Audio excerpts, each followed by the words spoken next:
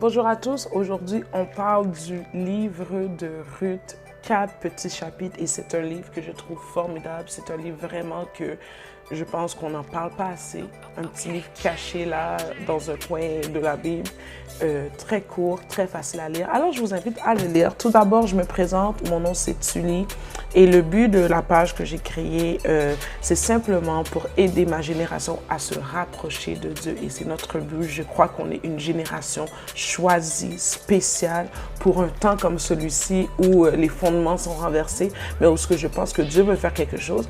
Alors, moi, à l'église, dans la vie, j'opère dans le ministère de la louange et de l'adoration. Vous allez voir sur ma page, je mets souvent des adorations. Alors, pour m'encourager, abonnez-vous, likez, allez dans la section adoration. J'ai quelques chansons de sortie. Je travaille sur mes propres compositions. Ça me ferait plaisir de vous voir et d'adorer avec vous. Mais aujourd'hui, comme je l'ai dit, on parle du livre de Ruth.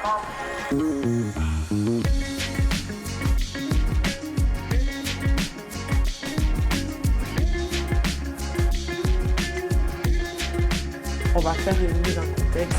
Je vous invite à aller le lire parce que c'est vraiment 4 petits chapitres. C'est 4 chapitres et c'est très court. Ça se lit très bien, c'est une histoire merveilleuse. Et pour comprendre un peu où on va parler de la circonstance dans laquelle ce livre-ci a été écrit. Alors, on commence par Ruth, chapitre 1er. On va parler des 4 chapitres.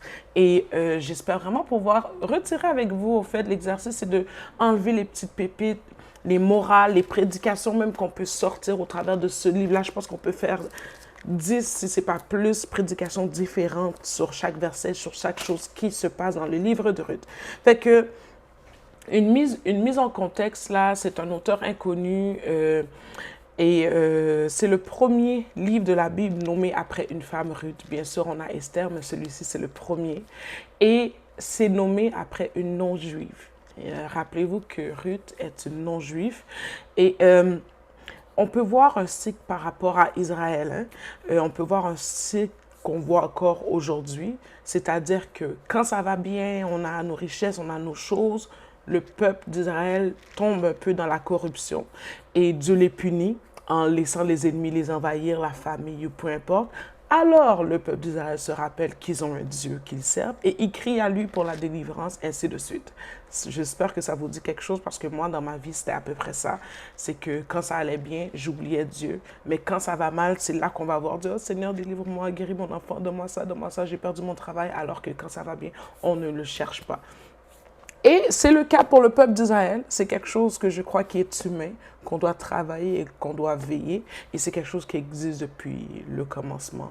Le peuple ingrat qui oublie ce que Dieu a fait. Mais qui se rappellent dans les moments difficiles qu'ils ont besoin de Dieu. Alors, Dieu va susciter un juge qui les ramène dans les voies de Dieu, qui va les délivrer. Alors, constatation première, c'est que dans le livre de Juges, vous allez voir juste avant Ruth, parce que le livre de Ruth, c'est comme une pause dans cette époque-là, ok? Donc, il y a l'époque des juges, etc. Et c'est comme une pause, mais vous allez voir que à chaque fois qu'ils se dévient de Dieu ou qu'ils se déroutent, c'est comme si ils vont encore plus loin que qu'est-ce qu'ils avaient fait. Leur apostasie est encore plus grande que celle d'avant. On a l'exemple de Sodome et Gomorrhe. On remarque un temps où Dieu va juger son peuple. Là, il va envoyer le feu. Là, il y a eu Noé. Il y a eu plein d'histoires où Dieu est obligé de juger son peuple. Et là, dans ce livre-ci, il va frapper le peuple par la famine. Donc, la famine va frapper Bethléem. Et c'est comme ça que Ruth 1er commence. Le premier verset dit du temps du juge, il y eut une famille dans le pays, un homme de Bethléem, de Juda partit, etc. Donc, vous devrez comprendre que Bethléem, ce que ça veut dire au fait, c'est maison du pain. Donc, ce n'est pas normal que dans l'Ancien Testament, la manière d'interpréter, de nommer des villes, admettons, cette ville-là était riche en blé, ainsi, on va l'appeler la maison qui fait ci, le lieu de ceci, de cela, par rapport à la caractéristique. Donc, Bethléem était la maison du pain. Et Elimelech appartenait aux Éphratiens, Ephrata qui est un territoire juste à côté de Bethléem. Donc, Bethléem, Ephrata, ça veut dire maison du pain, la fertile, ok? Donc, on peut percevoir le jugement de Dieu qui est évident parce que la maison du pain, la fertile, n'est plus. Et le dernier juge en Israël, et on va voir dans le livre de Ruth, ça va commencer en disant qu'il n'y avait pas de roi en Israël. En Israël. En d'autres mots, ce que ça veut dire, c'est que le peuple faisait ce qui leur semblait bon, ils agissaient comme s'ils n'avaient pas de roi, ils n'avaient pas de règles, finalement. Ils faisaient comme s'ils étaient leur propre Dieu. Et aujourd'hui encore, Dieu utilise des difficultés pour nous rappeler, pour nous ramener. Et faisons pas de ça une règle générale. Je ne suis pas en train de dire qu'à chaque fois que ça ne va pas bien, c'est parce que tu étais mauvaise puis que Dieu veut te ramener. Ce n'est pas une règle générale, mais je vous invite à être conscient de la saison dans laquelle vous vous trouvez et de comprendre pourquoi. Des fois, c'est Dieu laisse pour une leçon, mais des fois, il veut resserrer la vis où il n'est pas content, ou des fois, il veut vous bénir, ou des fois, il laisse l'ennemi vous atteindre parce qu'il veut montrer à quel point vous êtes fervent, etc. Donc, reconnaissons la saison dans laquelle nous sommes. Le livre de Ruth est une partie du livre des juges qui dure environ 400 ans.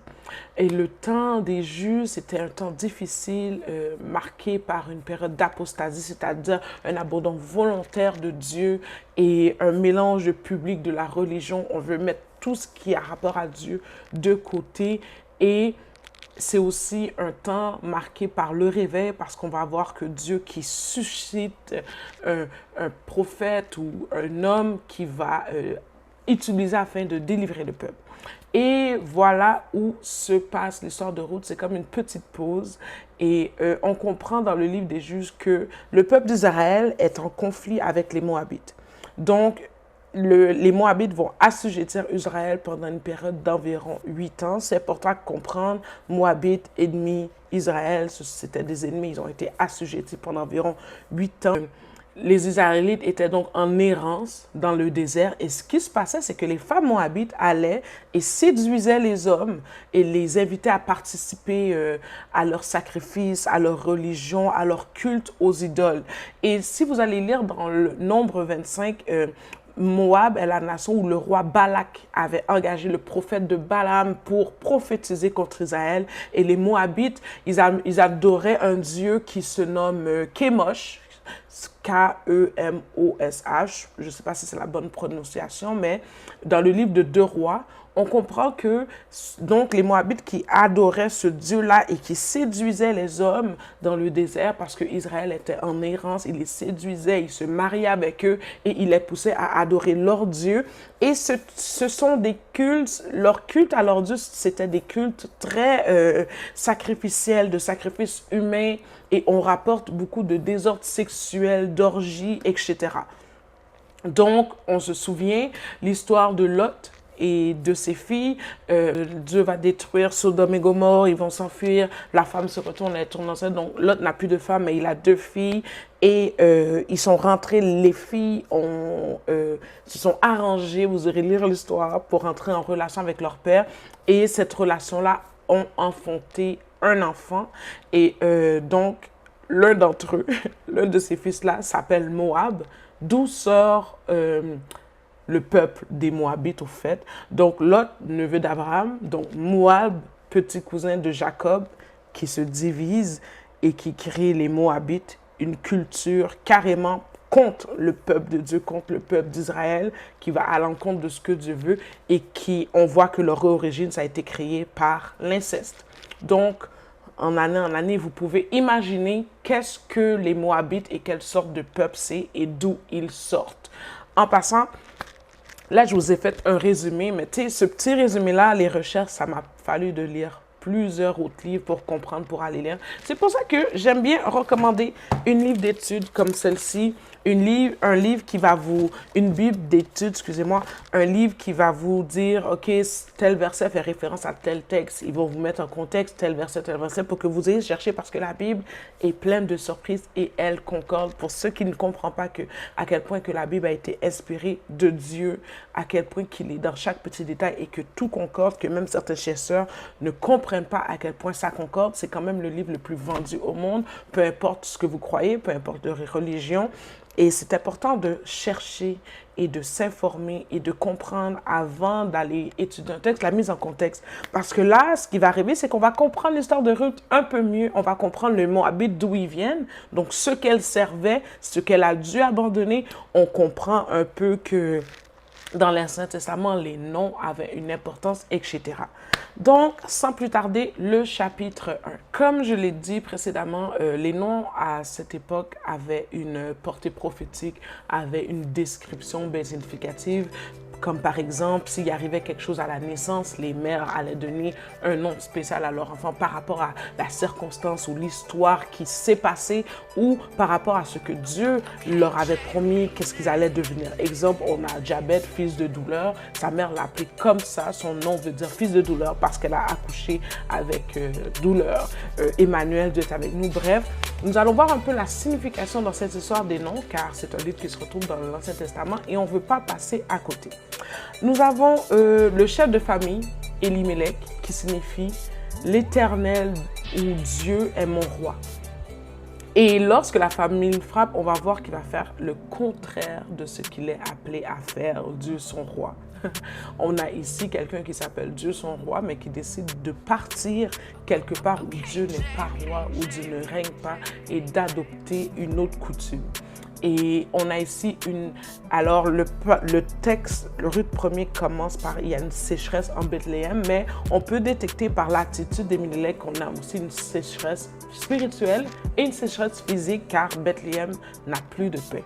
Et il va aller s'éloigner, il va aller avec sa femme dans le pays de Moab, pays idolâtre. Naomi, elle, vous allez voir dans certaines versions, surtout en anglais, ils vont dire Noémie. Naomi, c'est la même personne. Veut dire charmante, gracieuse, la douce, l'agréable. Et nous allons voir qui faisait qu'à leur tête, parce que leurs deux fils, ils avaient deux fils qui vont épouser ce qui était interdit. Dieu avait interdit d'épouser des peuples qui servaient des dieux étrangers, mais ils vont épouser deux Moabites qui adorent des dieux étrangers. Allez voir Deutéronome 7, versets 1 à 4. Alors, nous entrons à la rencontre de Ruth, qui, elle, est Moabite et païenne. C'est l'une des femmes des fils, descendante de Lot et les gens de Sodome et Gomorrhe, comme je l'ai expliqué précédemment, et à la rencontre de Orpa. Donc, le chapitre 1er, on comprend tout de suite que Elimelech va mourir, le mari de Naomi va mourir.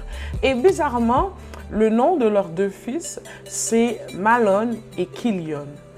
Malon veut dire maladie, Kilion signifie faiblesse, fragilité. Donc, plus tard, non seulement le mari de Naomi meurt, mais un peu de temps après, leurs deux fils meurent. C'est bizarre. Je ne sais pas s'il y avait une prophétie ou quelque chose où ils étaient déjà nés avec une certaine maladie, mais tu appelles un de tes fils maladie et un faiblesse, fragilité, ça ne va pas bien. Mais effectivement, les deux finissent par mourir malheureusement. Donc, vous devez comprendre que c'est tragique dans ce temps-là, parce que la femme n'avait pas de droit. Donc, si tu perds ton mari, les biens, les terres, etc., va à ton fils aîné, va à l'autre fils, et ça ne va pas à la femme. Donc, une femme qui perd son mari et ses fils, ça veut automatiquement dire qu'elle est à la rue. Elle ne peut pas se racheter, elle ne peut pas gouverner sa maison. C'est une veuve à la rue, elle ne peut pas travailler, etc. Elle va devoir vivre de ses efforts, un peu comme quelqu'un de pauvre qui mendiante, etc. Donc, vous deviez vous mettre dans le contexte que dans ce temps-là, ne pas avoir d'homme, perdre son mari, un premier fils, un deux fils, un deuxième fils, c'est indicateur pour toi que soit tu as une malédiction ou il y a quelque chose qui ne marche pas, mais ta vie est certainement finie. Et c'est là que Naomi va réaliser, comme le peuple d'Israël, comme je disais au début, qu'elle a besoin de son Dieu. Elle veut retourner vers son Dieu. Et la Bible dit que elle va faire environ 10 ans dans le pays de Moab, chiffre de l'épreuve, on pense au display d'Égypte et on constate que Naomi a comme un saisissement et elle a entendu dire que Dieu a visité son peuple. Donc, elle se rend compte que non seulement Dieu a visité son peuple, donc là je parle de Bethléem, mais elle se rend compte qu'elle n'est pas à la bonne place et que s'est sûrement retourné d'elle et que, bref, c'est la première fois où ce que Dieu est mentionné dans le chapitre et c'est là que ça commence, c'est que Naomi se rappelle qu'elle a un Dieu et elle a entendu dire que Dieu a visité son peuple. Alors, vu qu'elle a déjà eu cette relation avec Dieu-là, elle veut retourner et elle dit que Dieu a donné du pain. Alors, le pain est de retour à Bethléem. Et ce qui se passe, c'est qu'elle veut retourner dans son pays. Alors, fait important, c'est que lorsque elle dit qu'elle veut retourner, je suis encore au chapitre 1, le verset 6 environ, et elle va dire à ses belles-filles, allez, elle va leur donner votre bénédiction, retournez chez votre mère et que l'Éternel use de bon temps envers vous. Elle souhaite aider à ses belles-filles. Moi, j'ai plus de fils, je suis vieille. Retournez chez vous et que Dieu vous donne un mari et que je vous souhaite que tout soit bien. Elle les bénit. Elles vont pleurer et elles vont dire, et la Bible là va dire, elles dire. Donc les deux, Naomi, Ruth, et Orpa vont dire, nous irons avec toi vers ton peuple. Alors là, Naomi, elle est comme, non, non, non. Il y a plusieurs versets où elle explique que je suis vieille, je peux plus enfanter. Et même si que j'enfanterais maintenant, vous n'allez pas attendre que les fils soient vieux, soient en âge pour les marier. En fait, elle est en train de leur dire, c'est mort, j'ai plus rien à vous donner. Si vous me suivez, ben, c'est pour mourir avec moi, c'est pour être pauvre et cueillir, alors que vous pouvez juste rester dans votre pays, retourner chez votre mère et trouvez-vous un autre mari qui va pouvoir vous donner un nom et vous faire subsister, etc. Et la Bible dit au verset 10 que elles dirent. Mais ensuite, ce que je trouve drôle, c'est que quand Naomi a fini de dire non, non, non, non, non, j'ai plus rien à donner, au verset 14, elles élevèrent la voix, pleurèrent encore. Orpa baisa sa belle-mère et on pourrait faire une prédication complète sur le baiser, certains baisers. On pense au baiser de Judas, ici c'est le baiser de Orpa qui est un baiser de détachement. C'est sa manière, elle ne va pas parler. Elle va pas parler, elle va baiser sa belle-mère, mais la Bible dit, mais Ruth, elle, s'attacha à sa belle-mère. Et en passant, Orpa, ce que ça signifie comme nom, ça veut dire l'entêté. Et Ruth, ce que ça veut dire amitié, celle qui s'attache, la fidèle. Et ici, Ruth, la Bible dit, Orpa va faire le baiser, ce fameux baiser de détachement. Et la Bible dit, mais Ruth, elle va s'attacher. Et là, Ruth, elle dit, et là, Naomi dit à Ruth, ben là, ta belle-sœur est partie, va-t'en toi aussi, retourne. Et Ruth va dire quelque chose de fort et c'est un verset souvent utilisé, c'est un verset qu'on utilise même dans les mariages. C'est là où ce qu'on va voir l'attachement de Ruth, non seulement à Naomi, mais envers son peuple et envers son Dieu. Et dans le temps, le peuple était intimement lié au Dieu. Si on disait Moabite, tu servais tel Dieu. Israël, tu sers tel Dieu. Il n'y avait pas comme aujourd'hui, je suis chrétien, mais je touche un peu à la magie, mais je crois en Dieu, comme les francs-maçons croient en... Bref, dans ce temps, le Dieu était intimement lié au peuple. Et je vous lis mot pour mot le verset 16, un verset qu'on utilise, comme je l'ai dit, et que j'aime beaucoup. Verset 16 dit, « Ruth répondit, ne me presse pas de te laisser, de retourner loin de toi, où tu iras gérer, où tu demeureras, je demeurerai. Ton peuple sera mon peuple, ton Dieu sera mon Dieu. Où tu mourras, je mourrai, et je serai enterré. Que l'Éternel me traite dans toute sa rigueur. C'est autre chose que la mort vient à me séparer de toi. » Wow. Donc, Ruth, dans sa misère, dans ce qui se passe, dans la douleur, elle a perdu son mari, ils n'ont plus de nourriture, elle s'apprête à quitter ses patries et c'est dans cette douleur-là qu'elle se convertit et elle dit « Ton Dieu sera mon Dieu ». J'aimerais faire une parenthèse, je ne sais pas si vous réalisez, mais là-dessus, on a une figure de l'Église et on a une figure du peuple racheté. Donc, Naomi, elle est la représentation de l'Église, au fait. Dans ce texte, Naomi, elle est celle qui va prendre sous son aile une non-chrétienne.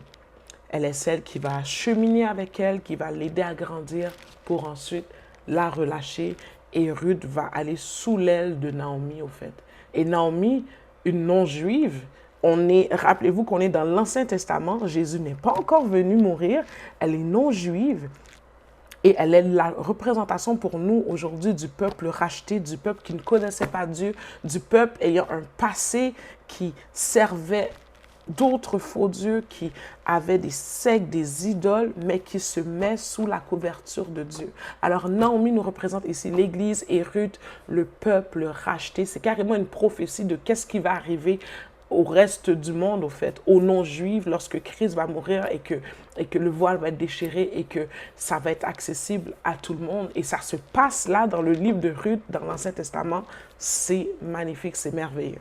Donc, il retourne à Bethléem et là, lorsqu'il rentre, dis-toi que Naomi, elle est partie.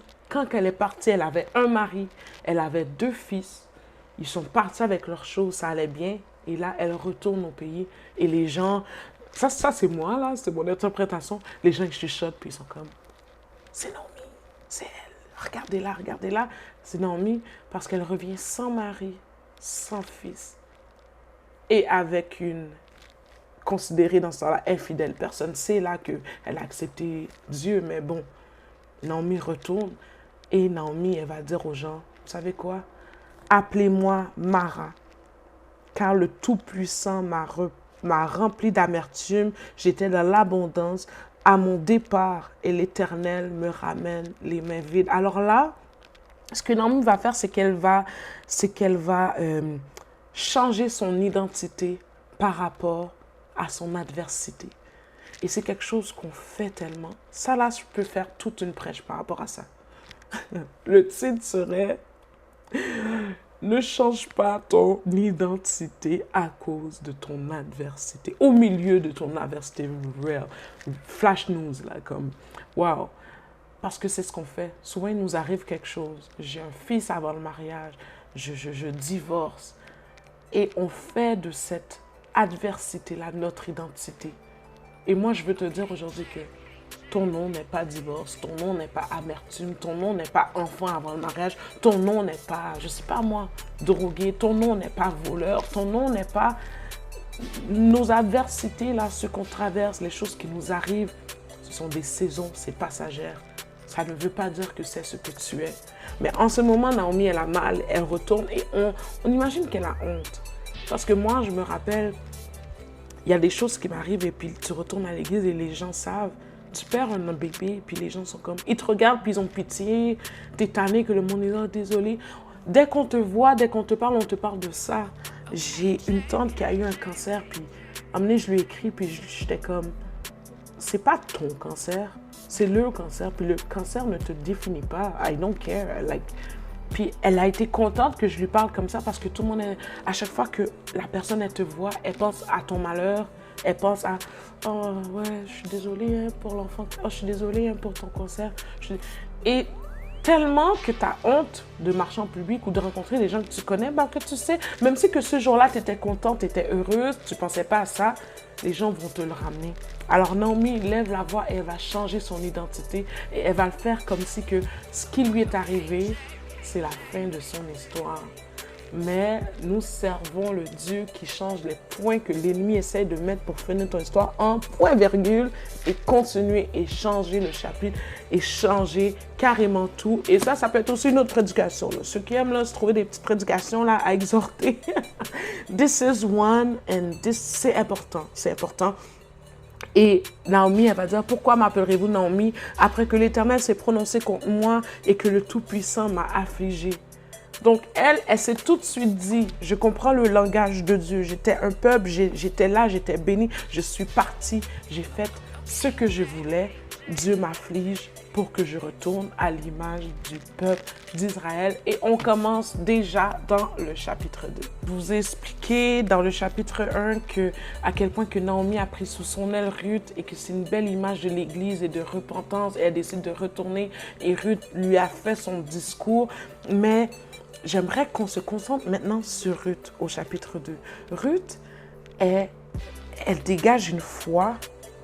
Moi, je n'ai jamais vu ça. Je n'ai jamais vu ça. On s'entend qu'elle a abandonné une patrie. elle fait une route. Ils n'ont pas de nourriture, ils n'ont pas de pain. Ils ont entendu que Dieu a agi, mais ils n'ont pas de preuve. Alors, tu fais une route avec une grand-mère, carrément, là, une femme âgée qui n'a plus rien à t'offrir, mais tu crois au Dieu. C'est sûr qu'elle avait entendu parler de Dieu. Et c'est sûr que Naomi lui a dit qui était son Dieu quand elle a dit « J'ai entendu que Dieu est retourné à Bethléem ». Et vu que son mari venait de ce peuple-là, elle sait, mais elle n'a pas encore vu. Et dans ça, elle a laissé le doute déterminer son attitude, mais elle a laissé sa foi la guider. Et moi, c'est quelque chose que je trouve merveilleux, c'est incroyable. Et au chapitre 2, on voit que Naomi, elle a comme proche parent Boaz, et que Ruth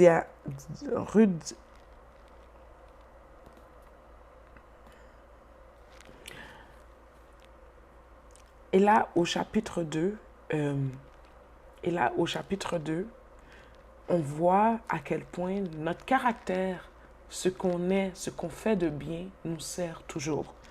Alors là, Naomi avait un proche parent, quelqu'un qui se nommait Boaz, et Ruth, la Moabite, la Bible continue à dire Ruth, la Moabite, demande à Naomi, elle lui demande la permission. On comprend que Ruth, c'est quelqu'un de douce et de serviable et de travaillante. Elle lui demande la permission d'aller glaner dans les champs. Probablement, elle lui demande la permission. Et dans ce temps, vous devez comprendre qu'il y avait une loi qui s'appelait la PA. La PA, c'était P-E, non, la P, pour le reste, je ne sais pas comment ça se prononce, mais c'est P-E-A-H. Et c'était une loi établie par Dieu pour souvenir aux indigents. Donc, qu'est-ce que ça faisait? Ça faisait que lorsque les moissonneurs moissonnaient, ils faisaient exprès de ne pas tout moissonner, de ne pas tout ramasser. Comme ça, après eux, les pauvres pouvaient passer, glaner, c'est-à-dire ramasser et souvenir à leurs besoins. Donc, c'était comme une formule qui faisait que, peu importe, tout le monde avait à manger à la fin de la journée. Pour empêcher que les plus pauvres ne meurent pas de faim, c'était interdit de ramasser au complet toute la moisson. Tu devais laisser tomber certaines petites choses, car quelqu'un d'autre allait glaner derrière toi, un plus pauvre. Et de cette manière-là, la ville était nourrie. Et je trouve que c'est merveilleux et que c'est une loi que Ruth devait connaître, Naomi devait connaître, et que souvent, nous, dans nos vies, nous, dans la vie des entrepreneurs, ceux qui recherchent un travail, ceux qui recherchent des subventions, notre problème, c'est qu'on ne s'informe pas des lois. Il y a encore des lois aujourd'hui qui jouent en notre faveur. Il n'y a pas seulement des lois contre nous, mais encore des lois qui jouent en notre faveur. Et dans le temps de Ruth, il y en avait une.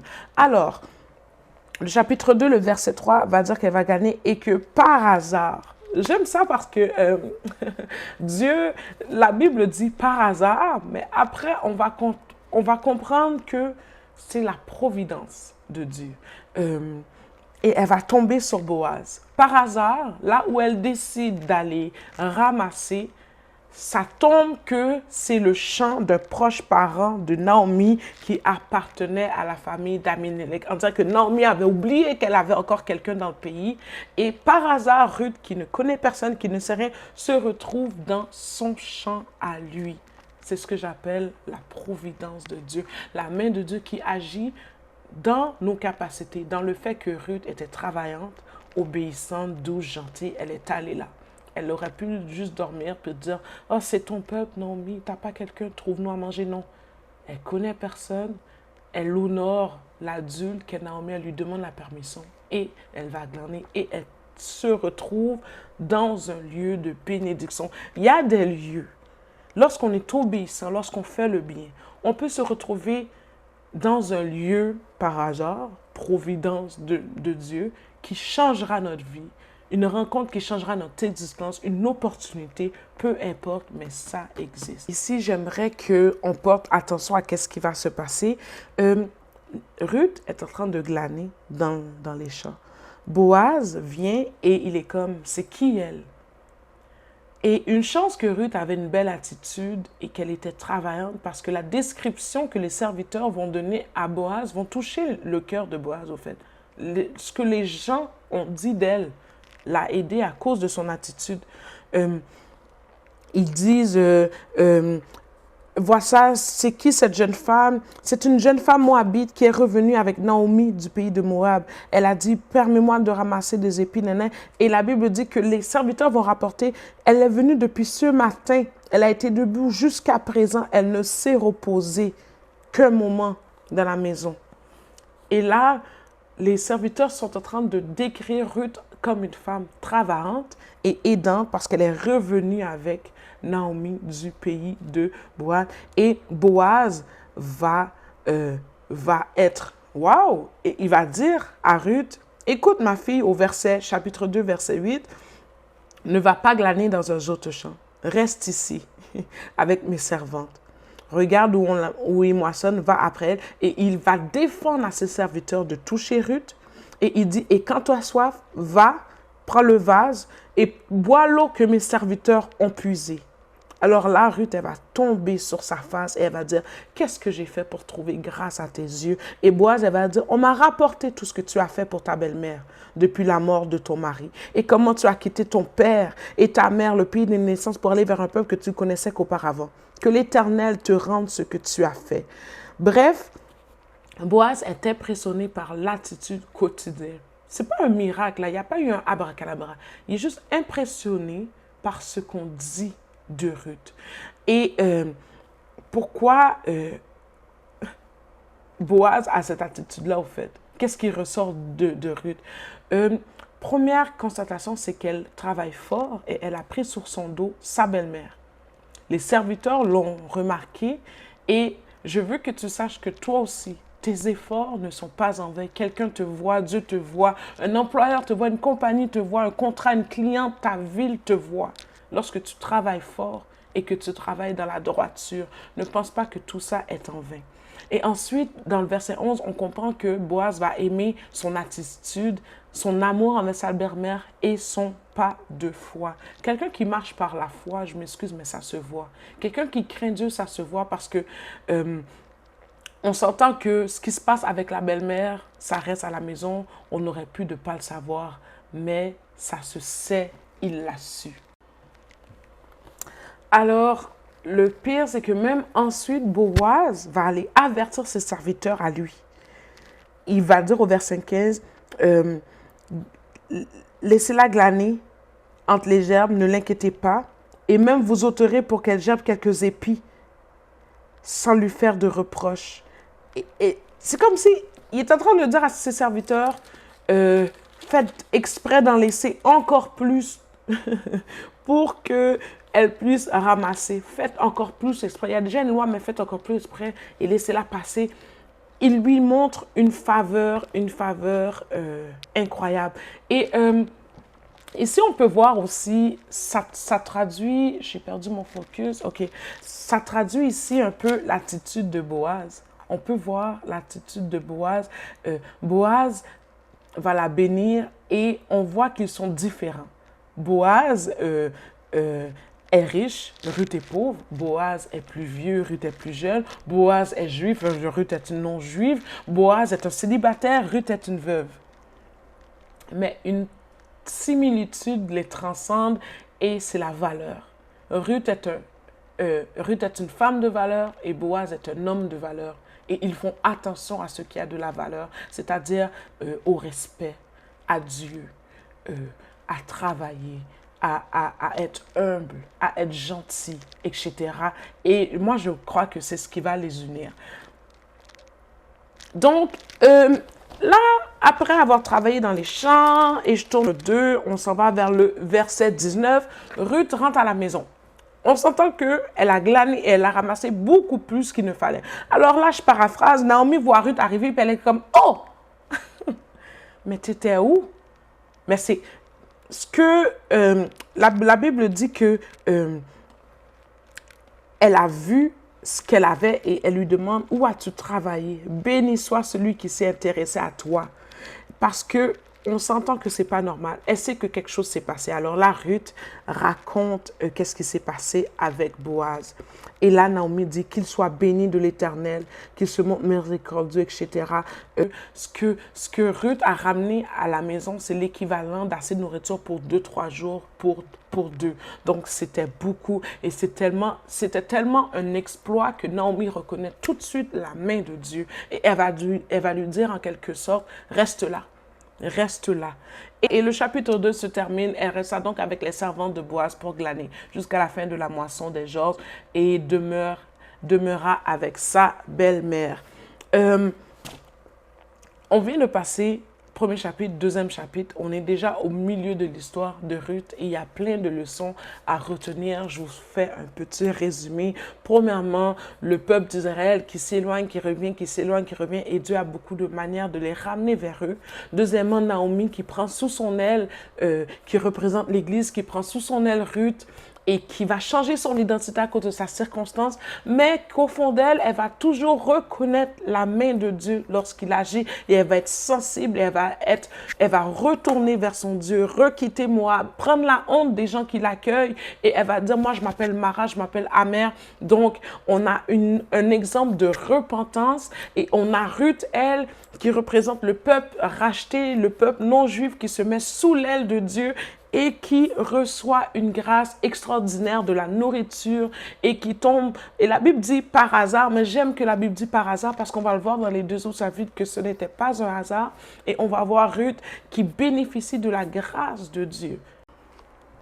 Alright, so mon appareil a surchauffé, j'ai dû prendre une petite pause, mais pour vous, on continue. Donc là, on a atterri au chapitre 2 et on a dit ce qui s'est passé. Elle a trouvé grâce aux yeux de Boaz. En passant, Boaz, ça veut dire Goël, qui est une forme de rédempteur. Boaz ici, on a l'image d'un rédempteur, de quelqu'un qui va sauver, changer la vie de Ruth. OK, so, je veux que vous portiez attention. Le chapitre 2 au verset 14. Là, Ruth et Boaz vont partager un repas et il dit à Ruth, approche, mange du pain et trempe ton morceau dans le vinaigre. Elle s'assit à côté des moissonneurs, on lui donna un grain rôti. Elle mangea, se rassasia, elle garda le reste, puis se leva pour aller glaner. Ce que je trouve vraiment intéressant dans ce temps-là, quand on dit le vinaigre, c'était comme un genre de vinaigre fermenté, c'était fort, c'était frais, ça aidait.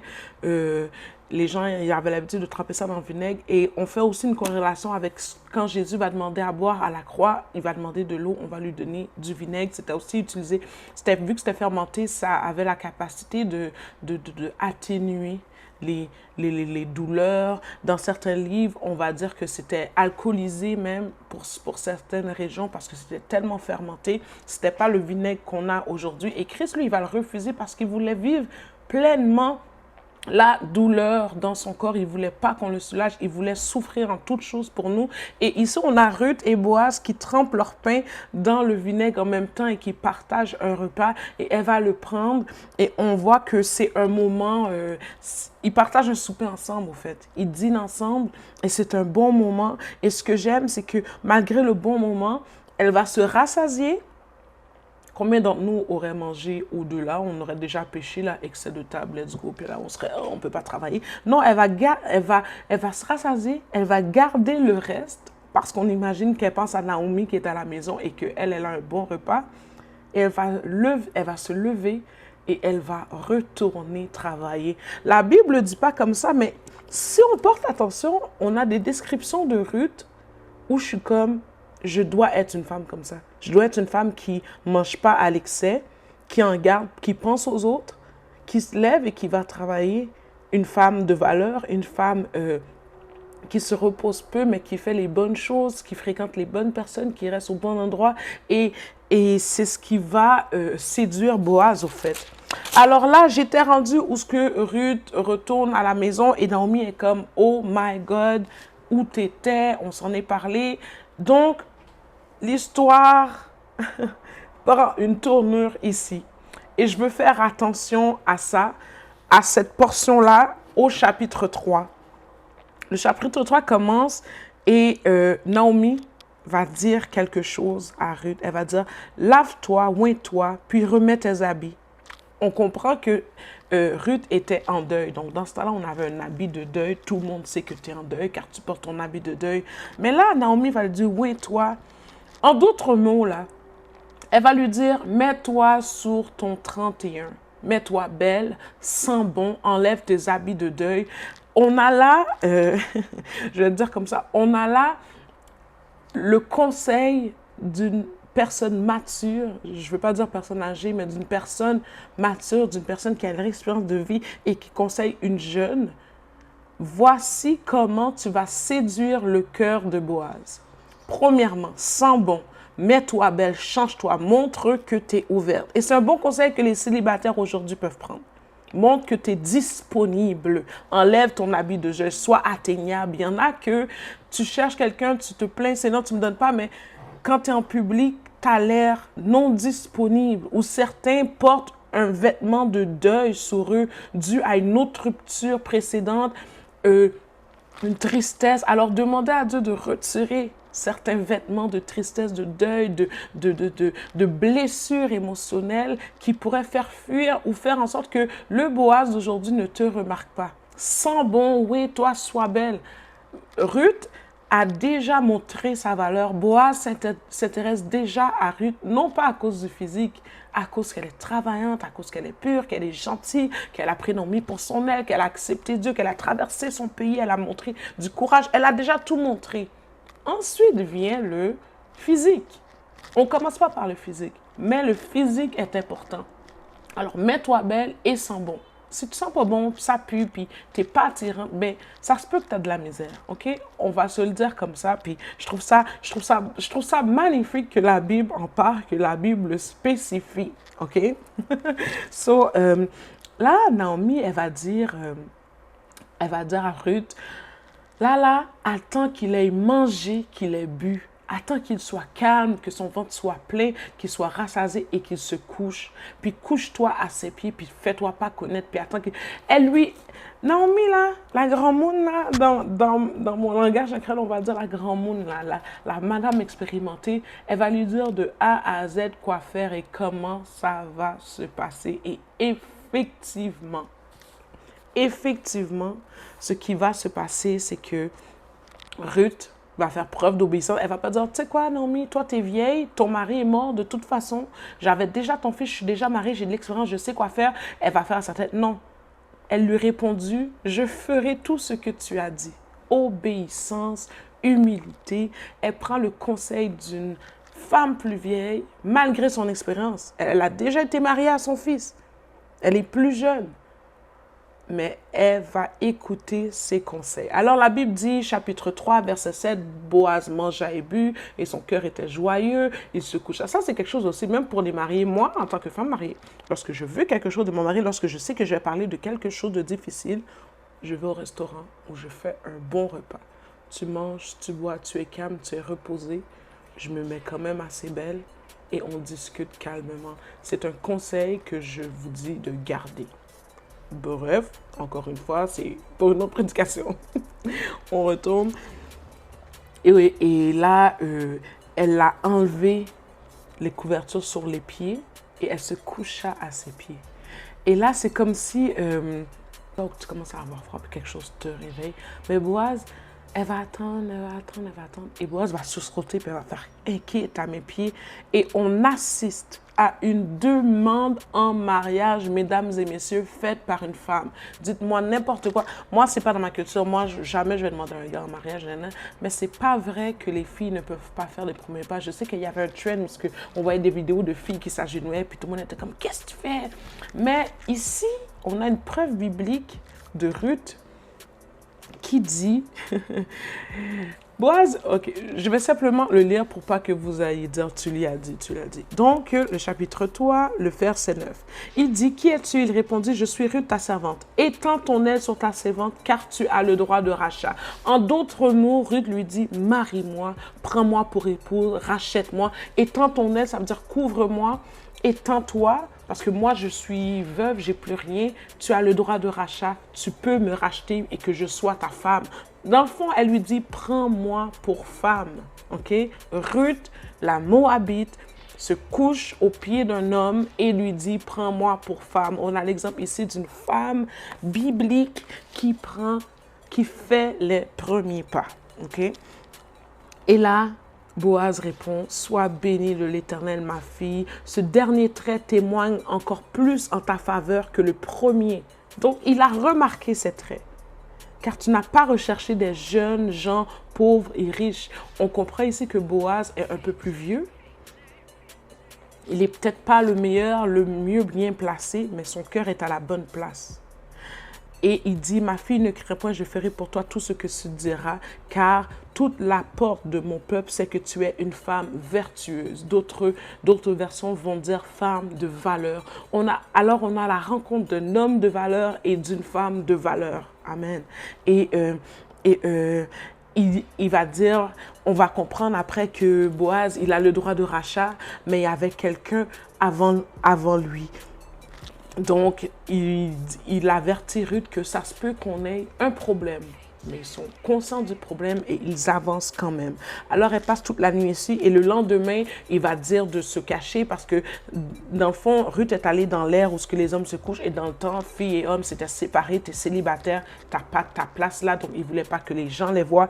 Il va encore la bénir en lui donnant de l'orge qu'elle puisse ramener à Naomi et arriver à Naomi, Ruth va raconter tout ce qu'est-ce que Boaz a fait. Et Naomi va lui répondre, sois tranquille ma fille jusqu'à ce que tu saches comment finira la chose, car cet homme ne se donnera point repos qu'il n'ait terminé cette affaire aujourd'hui. Donc elle sait de quoi elle parle et elle lui dit, sois tranquille, l'Éternel combattra pour toi. Ce gars-là, il va penser à toi jusqu'à ce qu'il ait résolu cette affaire aujourd'hui. Et effectivement, au chapitre 4, qu'est-ce qui se passe? C'est que dans le temps, là où se discutaient les affaires publiques, les affaires de juges, les ententes, les gens allaient aux portes de la ville, ils appelaient des témoins et ils discutaient devant témoins et ils prenaient leur entente. Et c'est ce que Boaz a fait. Le chapitre 4 commence par Boaz montant à la porte, etc. Je ne vais pas lire, c'est un peu long. Et il prit 10 hommes, approcha ici. Et il dit à la personne qui avait le droit de rachat, « Nana, veux-tu racheter ?»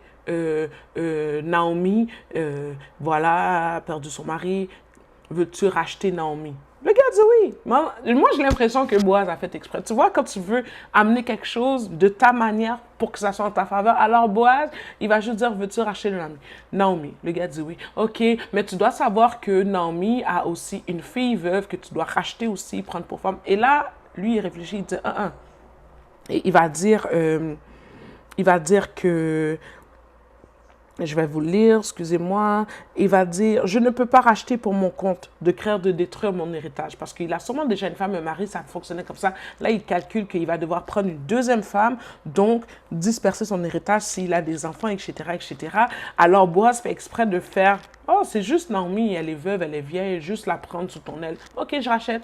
Mais il y a aussi Ruth. Et il ne veut pas racheter. Alors, il va dire à Boaz, toi, prends. Alors, voici, et dans ce temps-là, comment ça se passait, quand la discussion se passe devant tout le monde, et quand ils ont pris leur décision, ils échangent leurs souliers pour avoir la preuve. C'était comme leur signature, c'était la preuve de, voici, je me suis entendu avec un tel, ils échangent le soulier, etc.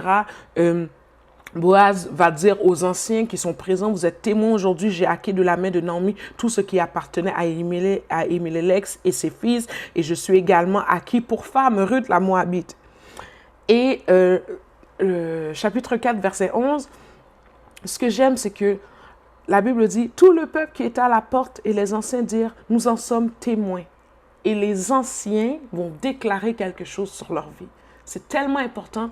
Si tu as un ministère, si tu as une famille à l'église, les anciens, des gens plus vieux qui ont du vécu avec Dieu. Et des fois, on est comment ils parlent trop ou leurs conseils sont désuets, mais les anciens vont déclarer sur la vie de Boaz et de non. L'Éternel rende à la femme qui entre dans ta maison semblable à Léa et à Rachel, qui toutes les deux ont bâti la maison d'Israël. Manifeste ta force dans Ephrata et fais-toi un nom dans Bethléem. Puisse ta prospérité que l'Éternel te donne par cette jeune femme rendre ta maison semblable à la maison des Pérez qui ont enfanté Judas par Tamar. Alors, le chapitre termine Oh my God, c'est tellement beau.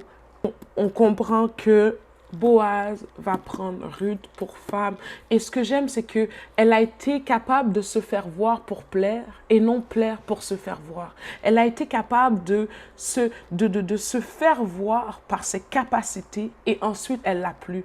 Mais trop de personnes d'entre nous, qu'est-ce qu'on va faire? C'est qu'on va plaire à d'autres pour se faire voir. On va sortir de nos valeurs, sortir de qui nous sommes pour se faire voir et c'est une erreur. Et tu es avant tout. Ce que tu es dit que ce que tu fais et ce que tu fais réussit et témoigne ensuite de ce que tu es. Alors demeure intègre et ton Boaz va te remarquer et j'aimerais vraiment qu'on fasse attention à ça. Ils se marièrent et ils eurent un fils qu'ils appelèrent Obed. Et l'histoire termine, on fait la généalogie, Obed engendra Isaïe, Isaïe engendra David. David. Fin de l'histoire. OK, donc là, je vais regarder un peu mes notes, excusez-moi, mais on a des constatations vraiment importantes dans l'histoire de Ruth. Et ces 4 chapitres, c'est l'histoire de Ruth. C'est court, mais j'ai l'impression que dans chaque verset, il y a des pépites d'or. Fait qu'aujourd'hui, on se retrouve dans une époque semblable. Le mariage est dévalué. Les gens se disent « L'Éternel est mon roi », comme le long de la millénaire, mais Dieu n'a réellement aucune place et il n'y a aucune considération pour Dieu dans les choix que nous faisons. Alors, on reconnaît des signes de jugement, des scandales, des sécheresses, des scandales qui éclatent dans l'Église, la société qui est dirigée par des ministres qui veulent faire le contraire de la volonté de Dieu. On remarque une sécheresse spirituelle. C'est toutes des choses qui se passent dans le livre de Ruth et qui arrivent aujourd'hui et on réalise qu'on a besoin d'un réveil. Et là où Dieu visite, les gens veulent, pour certains, venir et d'autres retourner. Lorsque Dieu passe quelque part, les gens qui ne connaissent pas Dieu veulent venir et les gens qui étaient à Dieu avant veulent retourner. Et c'est ça le réveil, c'est quelque chose de spirituel où notre conscience nous fait réaliser de notre état, où on cherche Dieu à tout prix et on a besoin de Dieu. Et je divise même cette histoire pour des sections, des parties de nos vies où ce que on essaie à notre propre façon d'avoir le mariage, d'avoir les enfants, mais ayons la foi et retournons à ce que Dieu veut, car des parties de nos vies, même si nous on est à Dieu, même si on est chrétien, il y a des parties de nos vies, des bouts qui ne sont pas à Dieu et qu'on doit ramener à Dieu, que ce soit tes études, tes occupations, ton passe-temps, ce que tu aimes, il y a certainement quelque chose que tu peux identifier qui n'appartient pas à Dieu, ta manière d'aimer tes enfants ou de vouloir tout contrôler, ta relation avec ton mari. Retournons à Dieu. Que tu sois chrétien ou pas, identifie quelque chose que tu dois retourner à Dieu. Et je veux faire une constatation avec vous, quelques constatations. C'est que, premièrement, Ruth, première non-juive, à se tourner vers Dieu. Et dans les livres, lorsque j'étudiais sur ce chapitre, il y a une phrase que j'ai tellement aimée, c'est l'image des prémices de la moisson offerte à Dieu. C'est qu'elle va se mettre sur l'aile de Dieu complètement. Elle aurait pu dire, mais il y a encore la famine. Elle ne sait pas si elle va mourir, elle ne sait pas si elle va manger. Ruth n'a jamais prévu qu'elle va se remarier puis qu'elle va enfanter un fils. Elle se dit, je vais juste finir ma vie sous l'aile de Dieu avec Naomi. Tout ce qu'elle voulait au fait, c'est Dieu. Elle n'avait aucun avantage. Elle aurait pu faire comme Orpa puis se dire, je reste chez nous, je me remarie puis ma vie va bien aller. Je ne vais pas retourner dans un pays que c'est des dieux différents où il y avait la famine. Non, non, non. Elle s'est mise sous l'aile totalement, complètement sous l'aile de Dieu. Et voici l'erreur que nous faisons. On se met à côté de l'aile, on met un pied sous l'aile de Dieu, mais le reste, on ne veut pas nous mettre totalement sous l'aile de Dieu. C'est quelque chose qu'il faut faire. Et ce que j'aime, une autre constatation, dans le livre de Ruth, ce que j'aime, il n'y a aucune prophétie. Il n'y a pas de miracle, il n'y a pas de « ainsi par l'Éternel, Shabbat », il n'y a pas le prophète, Dieu dit, Dieu descend. Non, non, non, non. On a ici l'exemple d'une femme qui choisit le bien, même si elle finit sans enfant, son mari, et une femme qui demeure intègre et qui marche devant Dieu. Et c'est ce que j'appelle la providence, c'est ce qu'on appelle la providence. Je vais vous lire quelque chose. Dans le fond, là, providence, on parle de prévoir d'avance, on parle de Dieu le Créateur souverain qui contrôle et dirige le cours des événements et nous donne ce qu'on a besoin. C'est une expression d'amour, mais de bienveillance de Dieu envers nous. Dieu a un plan et un dessein pour chacun de nous et pour l'humanité. Dans les moments difficiles, Dieu est présent et travaille pour notre bien. Il utilise des événements de la vie pour nous guider dans notre destinée et nous aider à grandir spirituellement. Et la providence, c'est même que lorsque Dieu ne parle pas, lorsqu'il n'y a pas de abracadabra, de prophétie, c'est de savoir qu'il dirige ta vie, au fait. Et c'est ça la providence. Donc là-dedans, il n'y a pas de miracle, il n'y a pas mais c'est une histoire de providence. C'est Dieu qui s'amuse à faire une sécheresse là, faire pousser ça là, faire donner du travail là, des choses simples de la vie qui concourent au bien de ceux qui aiment Dieu. Ensuite, nous ne pouvons pas parler de Ruth sans parler du message de la rédemption. On parle de rachat. Dans le cas de Ruth, Boaz a la signification de rédempteur, a une image, une des plusieurs images de rédemption, parce que Boaz va racheter sa dette et va changer son nom à perpétuité. Et c'est ce que Christ veut faire avec nous. Et il va tellement loin dans le plan de rédemption. On parle ici d'une femme qui ne devait pas avoir accès à Dieu, une femme issue des Moabites, et je vous expliquais au début qu'est-ce que ça voulait dire. Descendant de Lot, ville reconnue pour impureté sexuelle, pour idole. Et il y a des affaires, des fois, on se dit, oh, ma vie est dégueulasse, c'est gênant, mais ça peut être du passé si tu te mets sous l'aile du Rédempteur. Et si vous croyez vraiment que Dieu rachète et efface, il rachète au fait ce que tu devais, il te prend à sa charge, peu importe ton passé, peu importe les dieux que tu servais. Et la mère de Boaz, en passant, c'est Rahab, la païenne prostituée. Elle a un mari juif, elle enfante Boaz, qui lui va marier Ruth à l'image un peu de sa mère.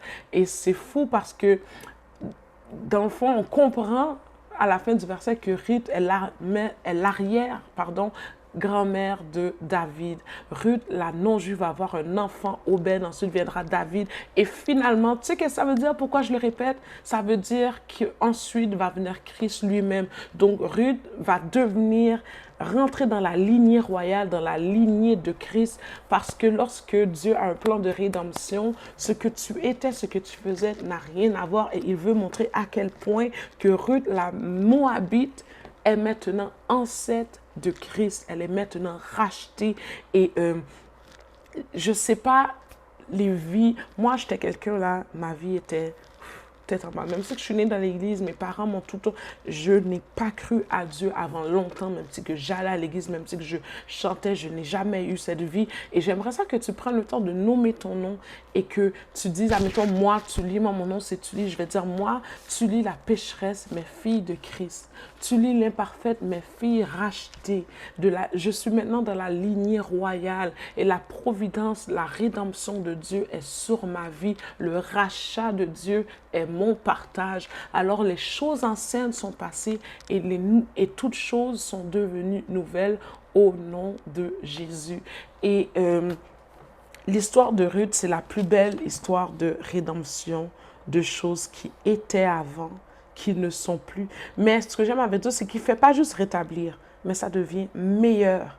Parce que là, tu as un mari qui sert Dieu, tu as de la richesse, tu as un fils qui va découler de la lignée du Christ lui-même. Et alors que j'étudiais ce texte, je l'ai étudié pour une conférence pour femmes, et j'avais fait des déclarations, des engagements que je vous invite à faire. Et ça dit, et ça dit, ce que je faisais par mes propres forces, je lui cède aujourd'hui. Je retourne sous l'aile de mon Dieu. J'abandonne là. Et là, nomme tout ce que tu veux abandonner. J'abandonne le manque de pardon, la cupidité, la prostitution, l'adultère, la fornication. J'abandonne ces choses. Et avec ta grâce, Seigneur, tu me combles de toutes sortes de bénédictions, tu me gardes sous ton aile, tu me restaures, tu changes le cours de mon histoire. J'obtiens même ce qui ne m'était pas destiné à cause de ta grâce. Je vis la rédemption, tu es mon rédempteur. Je fais de toi mon roi. Et c'est la leçon que nous avons dans le livre de Ruth. J'espère que vous allez aller lire le livre et que maintenant on connaît l'histoire par cœur, on connaît les petites pépites.